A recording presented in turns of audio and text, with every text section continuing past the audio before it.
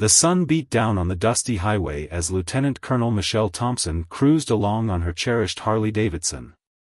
After 20 years of distinguished service in the Special Forces, including multiple deployments and countless missions, she had earned this peaceful Sunday ride through the scenic routes of Tennessee.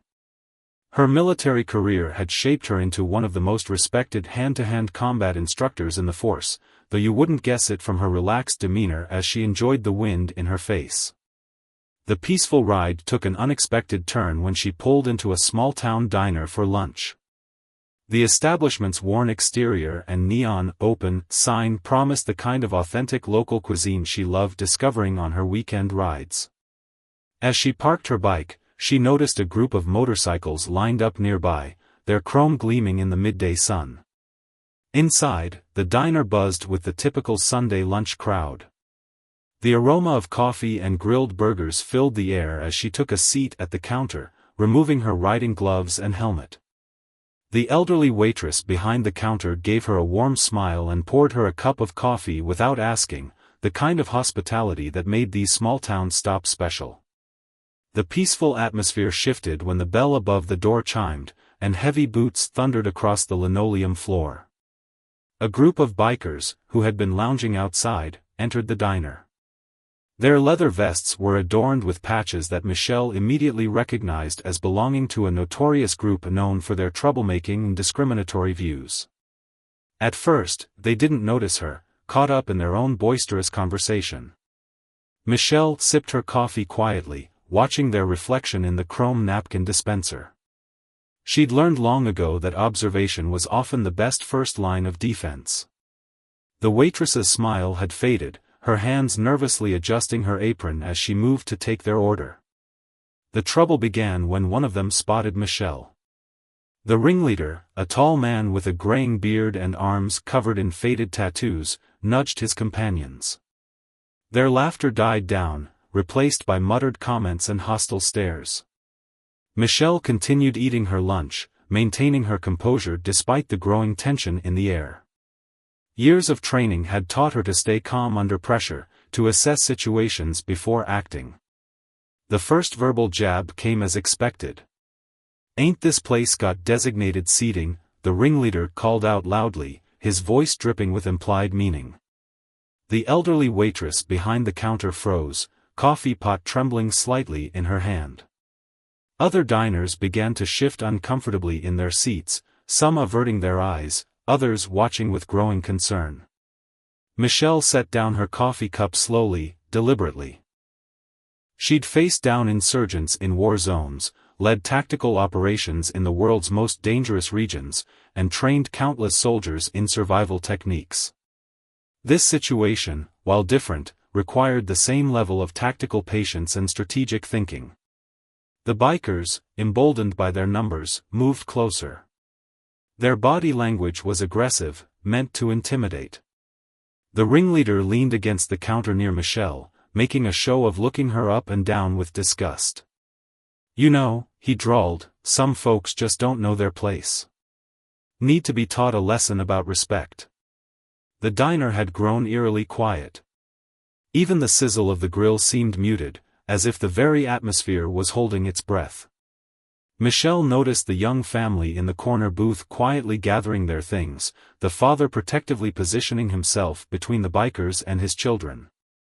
The elderly couple near the window sat rigid, the man's hand trembling as he reached for his wife's. 20 years of military service had taught Michelle many things, but perhaps the most important lesson was knowing when to act and when to wait. As she sat there, she recalled the countless training sessions she'd led, teaching soldiers that true strength isn't about throwing the first punch, it's about knowing how to control a situation. The tension in the diner continued to build as the bikers grew more confident, their comments becoming increasingly bold and offensive. Michelle remained still, but her mind was active, analyzing angles, distances, and potential scenarios. Her military training had ingrained in her the importance of situational awareness and strategic patience. The elderly waitress attempted to defuse the situation, approaching with fresh coffee and a forced smile. "Now, gentlemen, everyone's welcome here," she said, her voice wavering slightly but determined. The ringleader's response was to knock the coffee pot from her hands, sending it crashing to the floor. The sharp sound of breaking glass echoed through the diner, followed by a collective gasp from the other patrons. That was the moment Michelle knew the situation had crossed a line. It wasn't just about her anymore, these men were threatening the safety and peace of everyone in the diner. As she slowly stood from her stool, she could feel the weight of her experience, training, and responsibility settling onto her shoulders. The next few moments would require all of her skill, not just in combat, but in handling a volatile situation while minimizing risk to civilians. The ringleader's smirk faltered slightly as Michelle rose to her full height, her posture straight and confident. She hadn't come looking for trouble, but she was more than prepared to handle it. As she turned to face the group, her eyes held the steady, calculated gaze of someone who had faced far worse situations and emerged victorious. What happened next would leave a lasting impression on everyone in that small-town diner, though not in the way anyone expected. The true measure of strength, after all, isn't always in how hard you can fight, sometimes it's in knowing exactly how to prevent a fight while maintaining dignity and justice. The atmosphere in the diner crackled with tension as Michelle stood facing the group of bikers.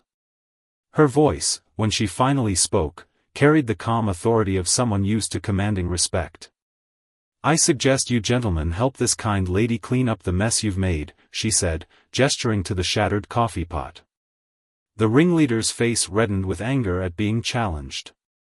His companions spread out slightly, an instinctive formation that Michelle recognized from years of tactical training.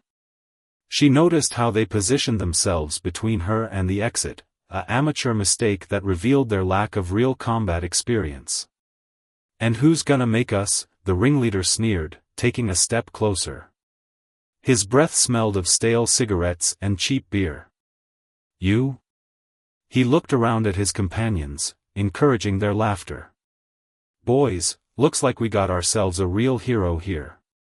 Michelle remained perfectly still, her military training evident in her controlled breathing and steady gaze.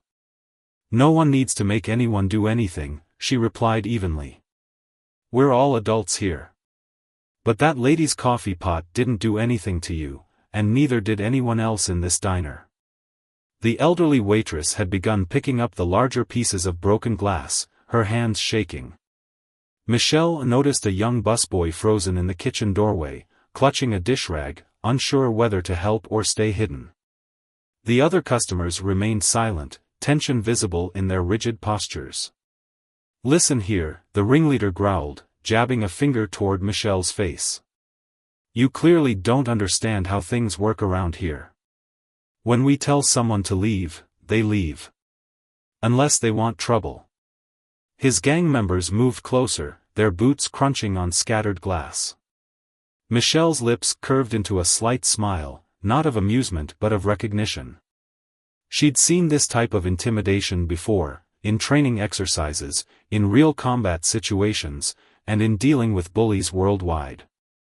The dynamics were always the same, a show of force meant to mask insecurity. "You know what I understand," she said, her voice carrying clearly through the silent diner. "I understand that you're trying to scare me. I understand that you think because there are more of you, you have power. And I understand that you're used to people backing down." She paused, letting her words sink in. "But here's what you don't understand." The ringleader's face twisted with rage as he moved to grab her shoulder. What happened next occurred so quickly that most observers would later have trouble describing it. Michelle's hand moved in a blur, deflecting his grasp with practiced ease. In the same fluid motion, she stepped aside, causing him to stumble forward from his own momentum. "I understand physics," she continued calmly, as if there had been no interruption. "I understand body mechanics. And I understand that real strength isn't about intimidation, it's about control." The ringleader regained his balance, his face now purple with humiliation. Two of his companions moved forward, but Michelle's stance had changed subtly. Her feet were now positioned perfectly, her balance centered, her hands relaxed but ready. The transformation was subtle but clear to anyone with combat training. She had shifted from civilian to warrior mode. "Boys," she said, her voice taking on a tone of authority that made several of them hesitate, "I'm going to share something with you that I've learned over 20 years in Special Forces." The mention of Special Forces caused a ripple of reaction through the group. The most dangerous fights are the ones that never need to happen. One of the younger gang members in the back shifted uncomfortably, clearly reconsidering his position. Michelle noticed this and continued, "Right now, you have a choice. You can either help clean up this mess, apologize to this nice lady, and we all go about our day. Or..." She let the word hang in the air. "Or what?" the ringleader spat, though some of the bravado had left his voice. "Or I can demonstrate why the Special Forces chose me to train their hand-to-hand combat instructors." Her tone remained conversational, almost friendly, but her eyes held steel. "And trust me, that's not a lesson you want to learn today." The diner remained silent as the gang members exchanged glances. The ringleader's authority was clearly shaken, but his pride was on the line. Michelle could see him wrestling with the decision, his fingers flexing unconsciously. "You're lying," he finally said, but his voice carried a note of uncertainty. "Ain't no way." "3rd Battalion, Special Forces Group," Michelle replied calmly. "I could show you my credentials, but I think we both know that's not necessary. What is necessary is for you to make a choice. And I suggest you make it before the police arrive. I'm sure someone here has already called them." As if on cue, a siren wailed in the distance. The sound seemed to break the spell of tension. The younger gang member in the back took a step away from the group. Then another. The ringleader's eyes darted between Michelle, his fragmenting gang, and the door. Michelle watched as the calculation played out on his face, the weighing of pride against practicality, of anger against self-preservation. She'd seen this moment before, in different contexts and different countries. It was the moment when bullies realized they'd picked the wrong target, when aggressors understood they'd miscalculated. The tension in the diner was about to break, one way or another. The only question was how. Michelle remained ready, her breathing steady, her mind clear. Whatever happened next would depend on whether pride or wisdom won out in the ringleader's internal struggle. The siren grew louder, its wail cutting through the tense silence of the diner. The ringleader's face went through a series of emotions: anger, uncertainty, and finally, a grudging recognition of reality.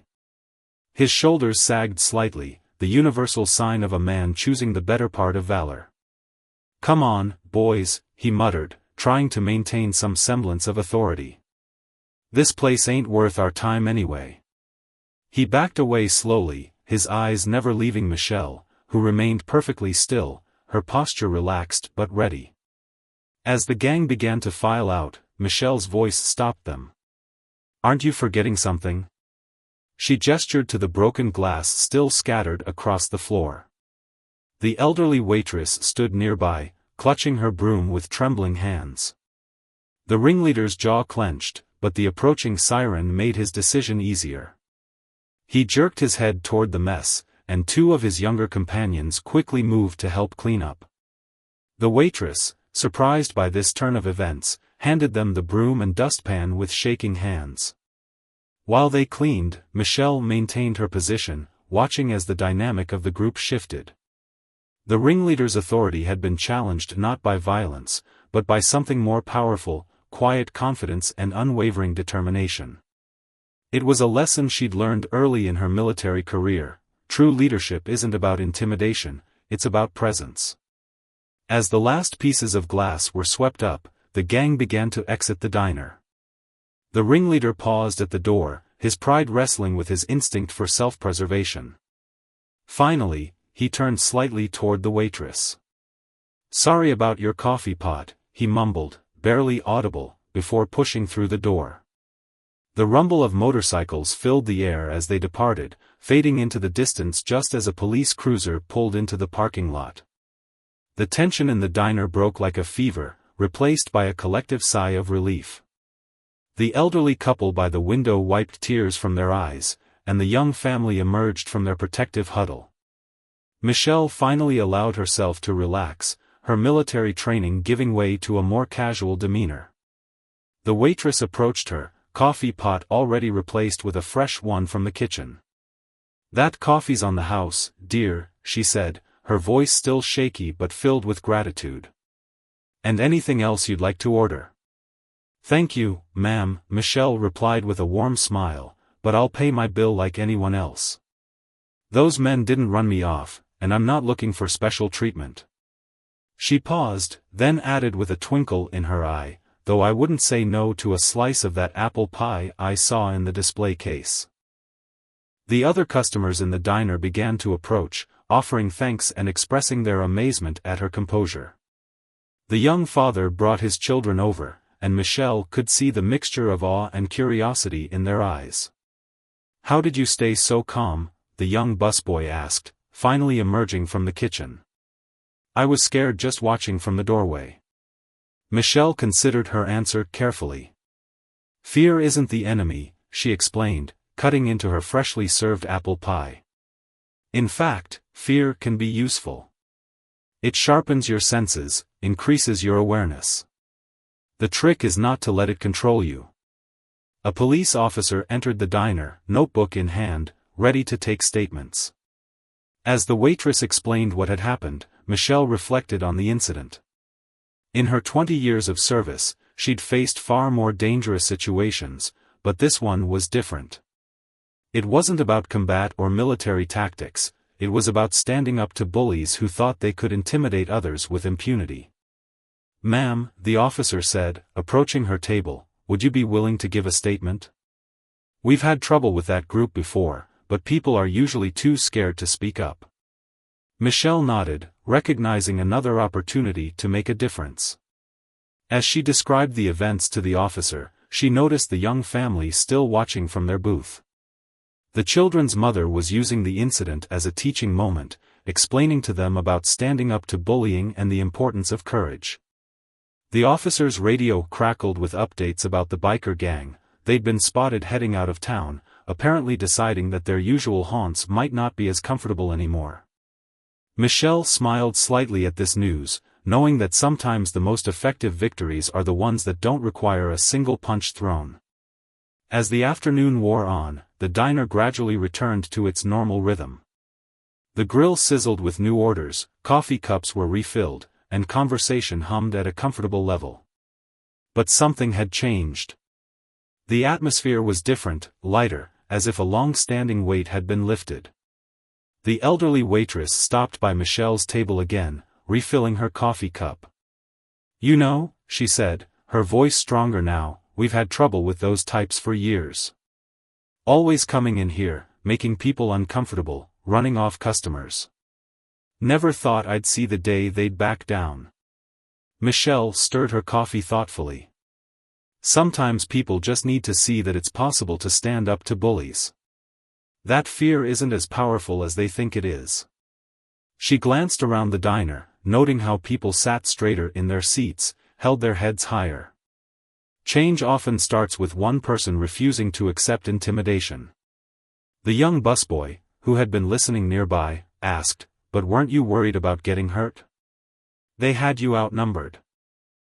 Michelle's response came from years of experience, both in combat and in life. Numbers don't always tell the whole story. When you're trained properly, when you know your capabilities, and most importantly, when you're standing up for what's right, you're never really outnumbered. As the afternoon sun began its descent, casting long shadows through the diner's windows, Michelle found herself sharing more than just a meal with the other patrons.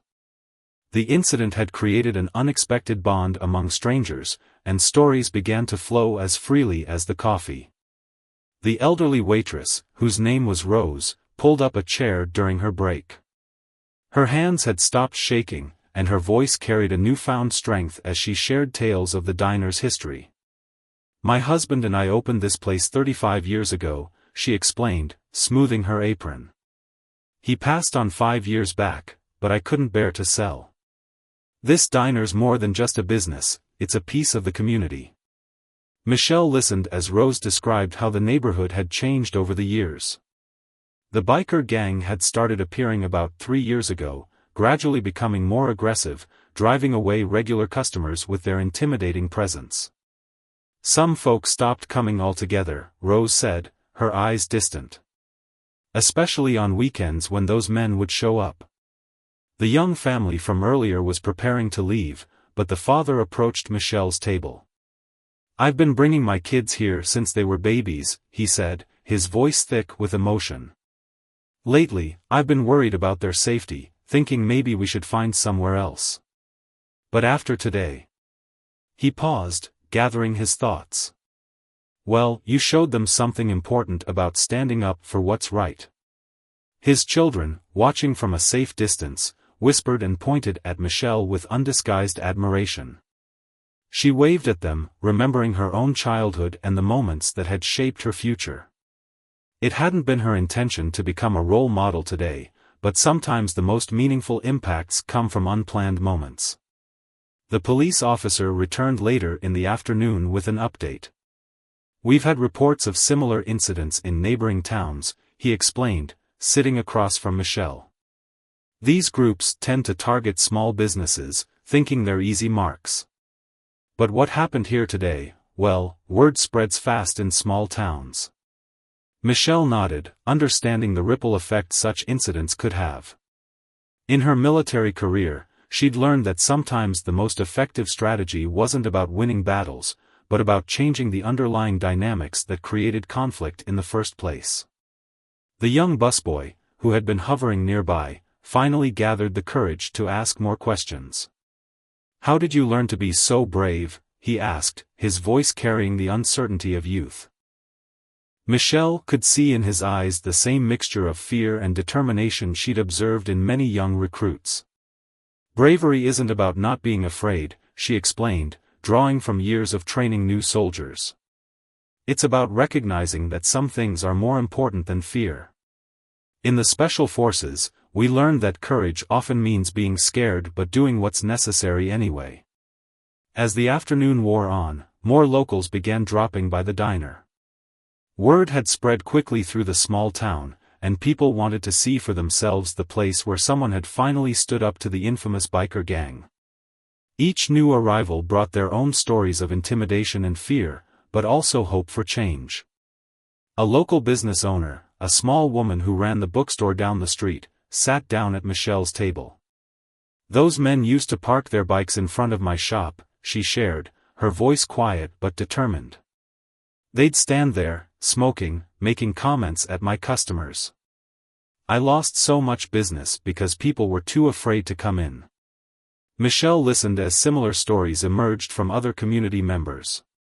A pattern became clear: the gang had systematically targeted vulnerable businesses, creating an atmosphere of fear that had slowly eroded the town's sense of security.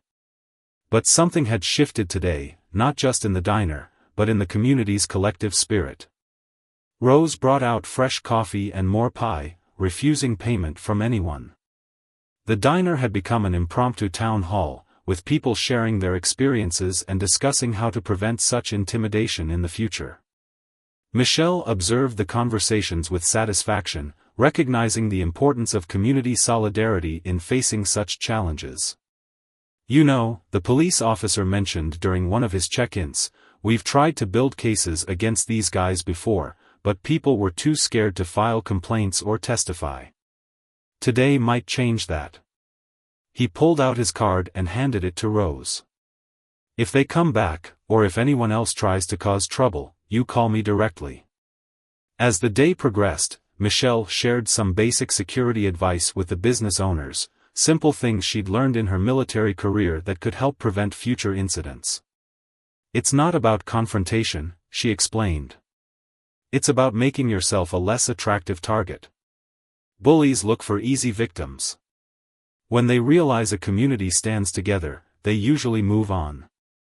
The young busboy had been taking notes on his order pad, hanging on every word. "So it's like what you did today," he said thoughtfully. "You showed them you weren't an easy target, but you didn't actually have to fight them." Michelle smiled, pleased with his understanding. Exactly.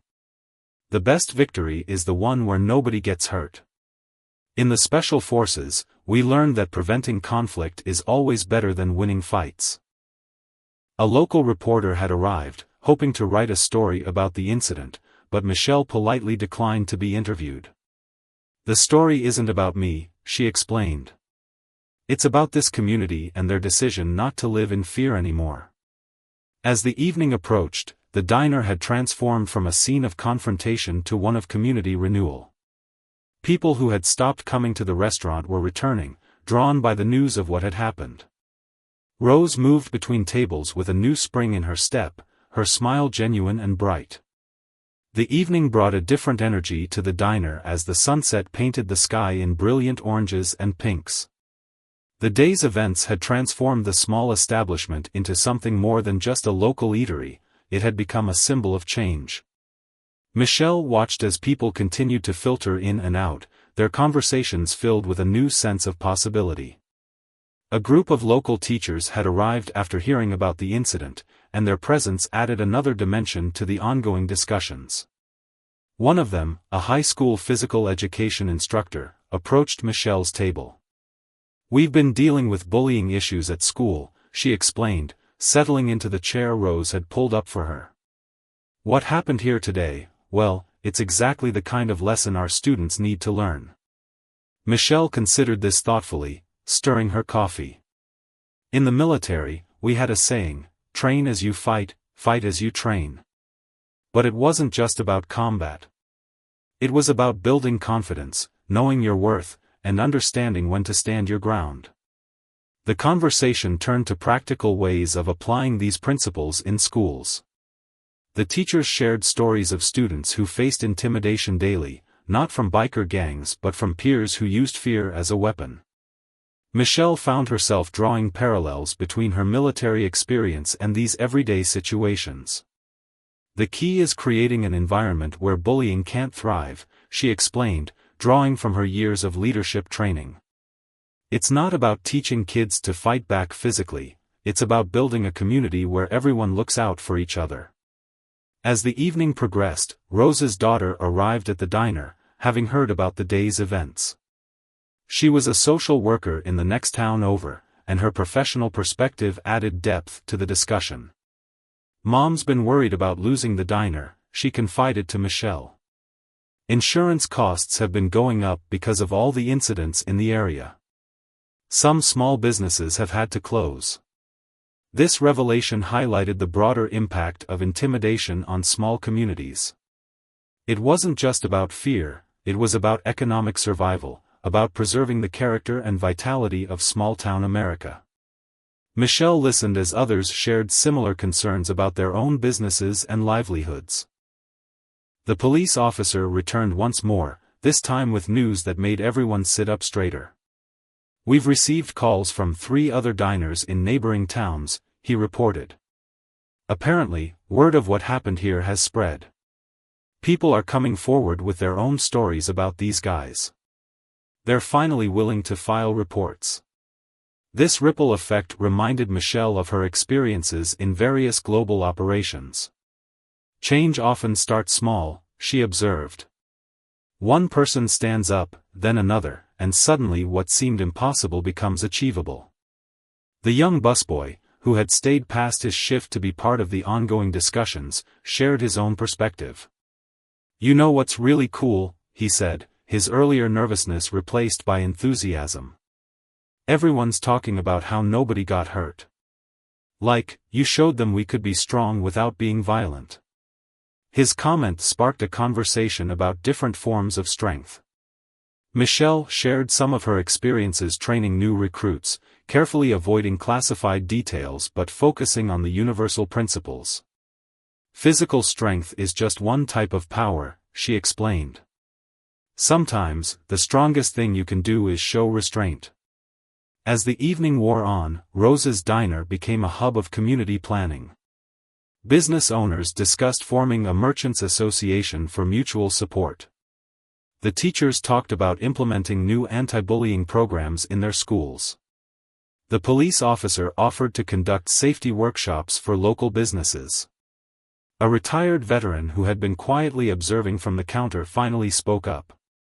"What you did today," he said to Michelle, "it reminds me of something we learned in service, the concept of force multiplication.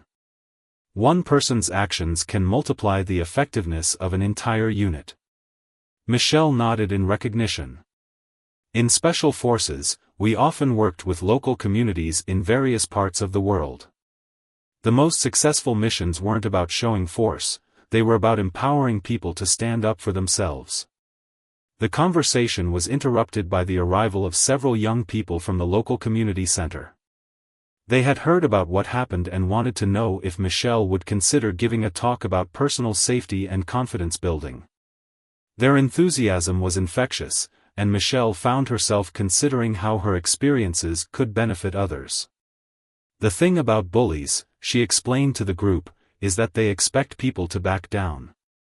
When you stand your ground, not with violence, but with confidence and dignity, you change the equation. You take away their power." Rose, who had been moving between tables with renewed energy, paused to share her own revelation. "You know what I realized today," she said, her voice strong and clear. "I've been running this diner for 35 years. This is my home, my life's work. And for the past few years, I've let fear chip away at that. Not anymore." The elderly couple who had witnessed the entire incident from their window seat finally prepared to leave. The husband stopped by Michelle's table. "We've been coming here for 20 years, he said, his voice trembling slightly. "Today, you didn't just stand up to those bikers, you helped us remember who we are as a community." As evening settled into night, the diner's neon sign cast a warm glow over the parking lot. The crowd had thinned somewhat, but those who remained were engaged in meaningful conversations about turning this single day of courage into lasting change. Michelle noticed how people who had entered as strangers were now exchanging phone numbers and making plans for community initiatives. The local newspaper editor had arrived earlier, and though Michelle had declined a personal interview, she listened as community members shared their perspectives on the day's events. The story was evolving beyond a simple confrontation into something more significant, a moment of community awakening. "You've started something here," the editor explained, showing Michelle some of his notes. "It's not just about standing up to one group of troublemakers. People are talking about rebuilding the town's spirit, about taking back their spaces." The young busboy's mother had arrived to pick him up, but instead of leaving, they both joined the ongoing discussions. She worked at the local library and shared how they'd been forced to change their evening hours due to safety concerns. "Maybe now we can think about extending them again," she said hopefully. "So many kids need a quiet place to study after school." Michelle listened as more stories emerged about how fear had slowly reshaped the community's daily life. Small adjustments and compromises had accumulated over time until they seemed normal: businesses closing early, people avoiding certain areas, community events being cancelled. The invisible costs of intimidation became clear. A group of local business owners had started drafting plans for a community safety network. "It's not about vigilante justice," one shop owner explained, showing Michelle their ideas. "It's about looking out for each other, sharing information, and making sure nobody feels isolated." The police officer, who had returned with coffee for his late shift, offered his perspective. "What most people don't realize is that law enforcement works best when the community is engaged," he said. "When people feel empowered to report incidents, when they trust that their concerns will be taken seriously, that's when real change happens." Rose's daughter, who had been taking notes throughout the evening, shared her professional insights. "As a social worker, I see how fear affects communities," she explained. "It's like a slow poison that affects everything: mental health, economic stability, even children's development. But I also see how resilience can spread just as effectively when people find their courage." The conversation turned to practical steps for sustaining this newfound community spirit. The teachers who had stayed were particularly interested in developing programs that would help students understand the difference between true strength and intimidation. In the Special Forces, Michelle shared, drawing from her experience, we learned that the strongest teams weren't necessarily the ones with the most physically powerful members. They were the ones where everyone looked out for each other, where courage and integrity were valued above all. A local church pastor who had joined the gathering spoke about the importance of forgiveness alongside strength. Standing up to bullies doesn't mean holding on to anger, he observed. It's about creating boundaries while maintaining our own dignity. Michelle nodded in agreement. That's something we emphasized in combat training. The goal isn't to destroy an opponent, it's to neutralize a threat while maintaining your own principles. As the night deepened, Rose began sharing old photos of the diner from its early days. The images showed a vibrant community hub where people gathered not just to eat, but to connect and support each other. This is what we're fighting to restore, she said, her voice full of determination. Not just a business, but a place where everyone feels welcome and safe. The young busboy, who had been quiet for a while, suddenly spoke up. You know what's different now? He asked, looking around the diner. People are making eye contact. They're sitting up straight. It's like everyone remembers who they really are. His simple observation captured something profound about the day's transformation. Michelle had seen similar changes in military training, how proper guidance could help people rediscover their inner strength and confidence. A local artist who had been sketching throughout the evening showed Michelle her work, quick drawings capturing different moments from the day. The progression was striking, from tension and fear to strength and community. I'd like to create a mural about this, she explained. Not about the confrontation, but about the transformation. The police officer, checking in one final time before ending his shift, shared some encouraging news. We've already received calls from several business owners who want to file reports about past incidents, he said. People who were too scared to speak up before are finding their voice. Rose's daughter had been organizing the various suggestions and initiatives that had emerged throughout the day. What strikes me, she said, reviewing her notes, is how this isn't just about security or standing up to bullies. It's about rebuilding trust in ourselves and in each other. A group of teenagers who had been listening from a corner booth finally gathered the courage to approach Michelle. They were part of the high school's peer mediation program and were full of questions about nonviolent conflict resolution. The most powerful weapon you have, Michelle told them, drawing from years of experience, is your ability to stay calm and think clearly under pressure. That's what throws bullies off, when you don't react the way they expect. As midnight approached, the diner remained illuminated like a beacon in the quiet town. While most businesses had long since closed, Rose's establishment continued to hum with purpose. The crowds had thinned, but those who stayed were deeply engaged in what had become a transformative community meeting. Michelle watched as people who had been strangers just hours ago now worked together with shared purpose. On one table, blueprints of the downtown area were spread out as business owners mapped out security camera placement and lighting improvements. At another, teachers and parents collaborated on plans for school safety workshops.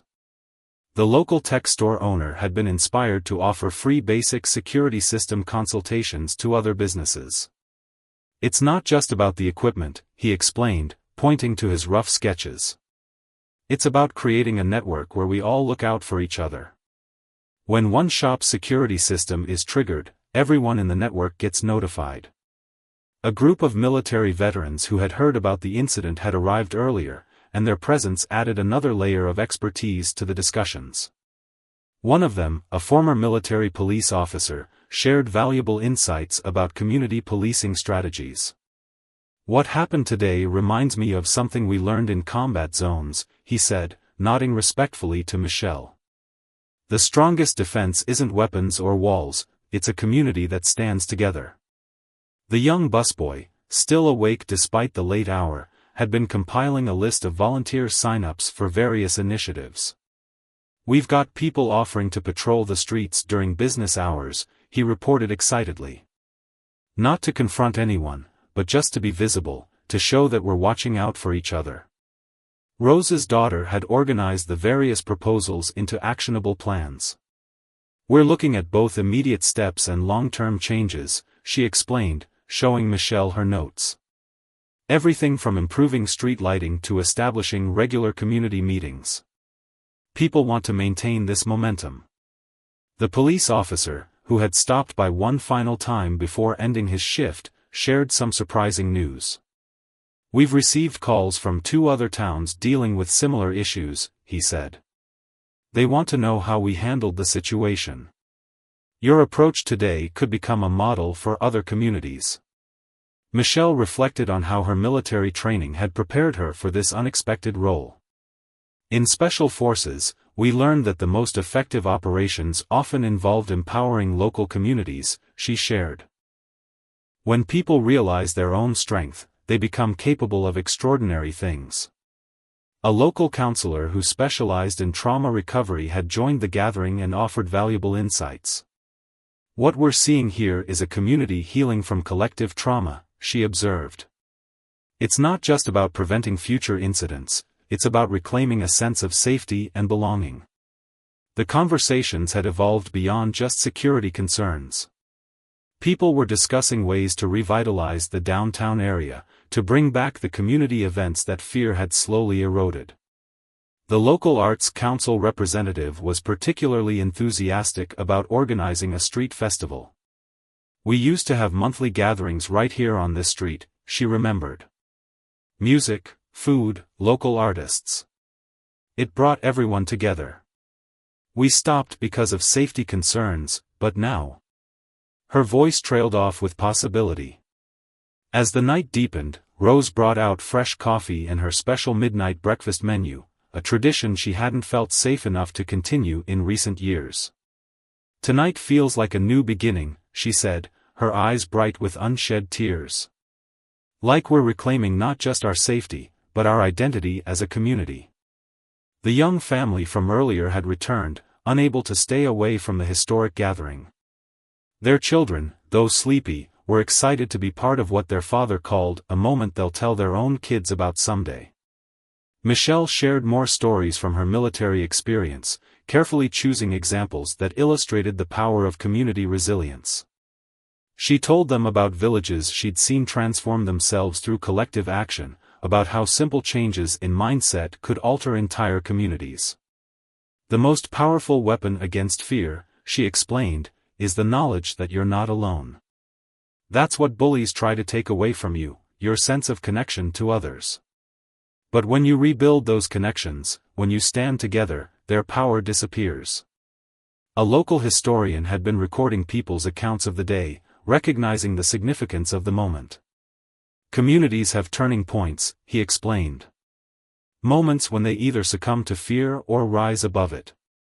What happened here today, it's more than just an incident. It's a revival of spirit." The police department had assigned a community liaison officer to work with the newly forming Merchants Association. "We're not just responding to incidents anymore," he explained. "We're building a proactive partnership with the community. That's real crime prevention."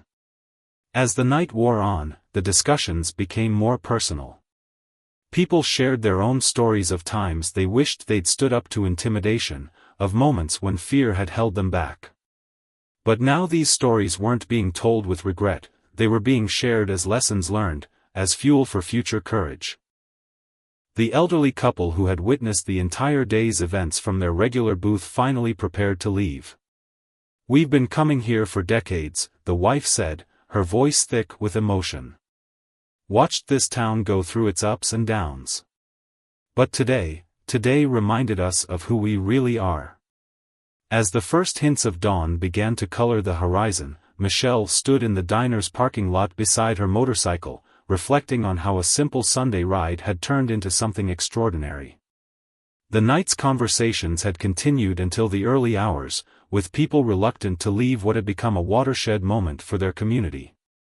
Rose approached her with a fresh travel mug of coffee. "You know," she said, looking at the sunrise, "when I opened the diner this morning, I was thinking it might be time to sell. The stress of dealing with those troublemakers, watching my customers stay away, it was becoming too much. She paused, her eyes glistening. Now, for the first time in years, I'm excited about tomorrow. The young busboy, who had insisted on staying until the very end, was helping his mother put together a social media campaign for the community's new initiatives. "We're calling it Standing Together," he explained proudly, showing Michelle the draft on his phone. "Because that's what you taught us, that we're stronger when we don't let fear isolate us." The police chief had arrived for the early morning shift and was reviewing the night's developments. "What you started here," he told Michelle, "it's already having an impact. We've received reports that the biker gang has moved on to another county entirely. Word got around about what happened, they know this community won't be an easy target anymore." Michelle shared a final piece of wisdom from her military experience. "In Special Forces, we had a saying, the mission continues. What happened yesterday wasn't the end of something, it was the beginning. Real change takes time, commitment, and constant vigilance." The local business owners who had stayed through the night were putting the finishing touches on their community safety network plan. They had created a phone tree, a schedule for evening patrols, and protocols for supporting any business that faced intimidation. "We're not just protecting our businesses," one shop owner explained, "we're preserving our way of life. This town has been here for generations, built by people who looked out for each other. We just needed a reminder of who we are." The teachers who had been part of the night's discussions were preparing for their morning classes with renewed purpose. They had developed initial plans for incorporating lessons about community strength and nonviolent resistance into their curriculum. "Children need to see examples of peaceful strength," one teacher observed. "Today's story isn't just about standing up to bullies, it's about standing up for something bigger than ourselves." The local church pastor, who had returned for morning prayers, shared his perspective. "What we witnessed here was more than just courage in the face of intimidation. It was the restoration of hope. When people lose hope, they lose everything. But when they regain it..." He gestured to the bustling diner, where early morning customers were already arriving. Michelle noticed how different the atmosphere was from the previous morning. People walked with their heads held high, greeting each other warmly. The fear that had pervaded the community had been replaced by something stronger, a sense of shared purpose and unity. The town's mayor had arrived early to meet with the community leaders who had emerged during the night. "We're fast-tracking permits for the street festival," he announced. "And we're allocating funds for better street lighting. Sometimes it takes a catalyst to remind us of what's possible when we work together." Rose's daughter, exhausted but excited, shared the final compilation of the night's initiatives. "We've got concrete plans for the next 6 months," she said, showing Michelle the detailed document. "Security improvements, community events, education programs, and most importantly, regular meetings to keep the momentum going." The local newspaper's morning edition was already hitting the stands, with the headline, "Community Unites, a Story of Courage and Change." The editor had captured not just the confrontation, but the transformation it had sparked. "Your actions showed us something important," he told Michelle. "It's not about waiting for someone else to solve our problems. It's about finding the courage within ourselves to make a difference." As Michelle prepared for her departure, people gathered to say goodbye. The elderly couple who had witnessed everything from the beginning brought her a package of Rose's famous cookies for the road. "You came here as a stranger," the wife said, wiping away tears, "but you're leaving as family." The young busboy made one final request. "Would you come back?" he asked earnestly. "Maybe for the street festival? We want to show you how we've kept the promise we made today, to never let fear rule us again." Michelle smiled, touched by the invitation. "I'd be honored," she replied. "But remember, what happened here wasn't about me. It was about all of you finding your own strength. Sometimes people just need a reminder of what they're capable of." As she mounted her motorcycle, Michelle looked back at the diner one last time. Rose stood in the doorway, surrounded by members of her revitalized community. The morning sun caught the diner's windows, making them glow like beacons of hope. "The most valuable lesson I learned in Special Forces," Michelle called out to the gathered crowd, "was that true strength isn't about dominating others, it's about lifting each other up, about standing together in the face of adversity. What you do from here on out, that's the real test of courage." The rumble of her motorcycle echoed through the streets as she rode away, but her impact would continue to resonate through the community for years to come. The day had begun with a simple stop at a small-town diner but had evolved into something much more significant, a reminder that one person's courage could spark a transformation, that a community's spirit could be reawakened, and that the power to make change was within reach all along.